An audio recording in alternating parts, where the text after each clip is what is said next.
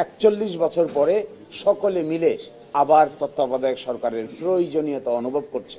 একটা পিলার ছাড়া যেরকম ঘর দাঁড়িয়ে থাকা যায় না, কেয়ারটেকার গভর্নমেন্ট হলো এরকম একটা পিলার। এটিকে সরিয়ে ফেললে অবাধ নির্বাচন সম্ভব নয়, অবাধ নির্বাচন না হলে ডেমোক্রেসিও সম্ভব নয়। তত্ত্বাবধায়ক সরকার বাতিল করে আপিল বিভাগের যে রায় ছিল এটি রিভিউ আবেদন এবং আপিল আজকে অ্যালাউ করা হলো। রায় বলা হয়েছে যে অতীতের যে রায় দেওয়া হয়েছে এটি টেইন্টেড, বাংলায় বলে কলঙ্কিত, এবং error apparent on the face of the record. দেখা মাত্রই মনে হয় অতীতের রায়টা ছিল টেইন্টেড, এবং সেই জন্য বলেছেন তত্ত্বাবধায়ক সরকার ব্যবস্থা বাতিল করে 13 অ্যামেন্ডমেন্টকে যে আনকনস্টিটিউশনাল ডিক্লেয়ার করা হয়েছিল সেই রায়কে পরিপূর্ণভাবে বাতিল করা হলো ইন ইটস এন্টায়ারিটি। 4 জন ছিলেন এক পক্ষে, 3 জন ছিলেন আরেক পক্ষে। কোনো রায়ই আর থাকলো না, 4 জনেরটাও বাতিল হলো, 3 জনেরটাকেও বাতিল করা হলো। এবং সেখানে বলছেন একইভাবে এই রায় ঘোষণার ভিত্তিতে 13 অ্যামেন্ডমেন্ট বা তত্ত্বাবধায়ক সরকার ব্যবস্থা পুনরুজ্জীবিত হলো। ইংরেজিতে বলেছেন রিভাইভড অ্যান্ড রেস্টোরড। এবং এই রিভাইভ এবং রেস্টোরটা কখন কার্যকর হবে সেটা বলেছেন subject to enforcement of article 58B and 58C। এর অর্থ হলো সংসদ ভাঙিয়ে যাওয়ার 15 দিনের ভিতরে তত্ত্বাবধায়ক সরকার গঠিত হবে। এখন যেহেতু সংসদ নাই, 15 দিন ভাঙিয়ে যাওয়ার 15 দিনের ভিতরে তত্ত্বাবধায়ক সরকার গঠিত হওয়ার কোনো বিধানও আপাতত কার্যকর হবে না। তাহলে কিভাবে হবে সেটা?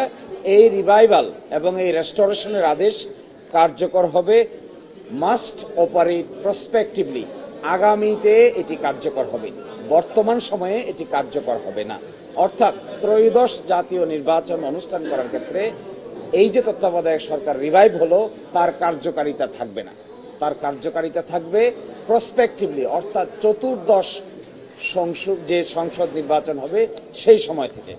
আর এই ব্যাপারে আমাদের কথা হলো 1984 সালে, আজ থেকে 41 বছর আগে বাংলাদেশ জামায়াত ইসলামীর পক্ষ থেকে নির্দলীয় নিরপেক্ষ তত্ত্বাবধায়ক সরকারের প্রথম প্রস্তাব দেওয়া হয়েছিল। এই জাতি অনেক পানি ঘোলা করেছে, অনেক অসম্মান হয়েছে, অনেক মানুষের জীবন গিয়েছে, গুম খুন, নির্বাচন ব্যবস্থা ধ্বংস হয়েছে। 41 বছর পরে সকলে মিলে আবার তত্ত্বাবধায়ক সরকারের প্রয়োজনীয়তা অনুভব করছে। আমরা তখনই বলেছিলাম যে this is an inseparable twin, inextricably linked, intertwine. আমরা বলেছিলাম ডেমোক্রেসি, ফ্রি ফেয়ার নির্বাচন এবং তত্ত্বাবধায়ক সরকার ব্যবস্থা এগুলো হলো ইনসেপারেবল টুইন, একটা থেকে আরেকটাকে আলাদা করা যাবে না। একটা পিলার ছাড়া যেরকম ঘর দাঁড়িয়ে থাকা যায় না, কেয়ারটেকার গভর্নমেন্ট হলো এরকম একটা পিলার।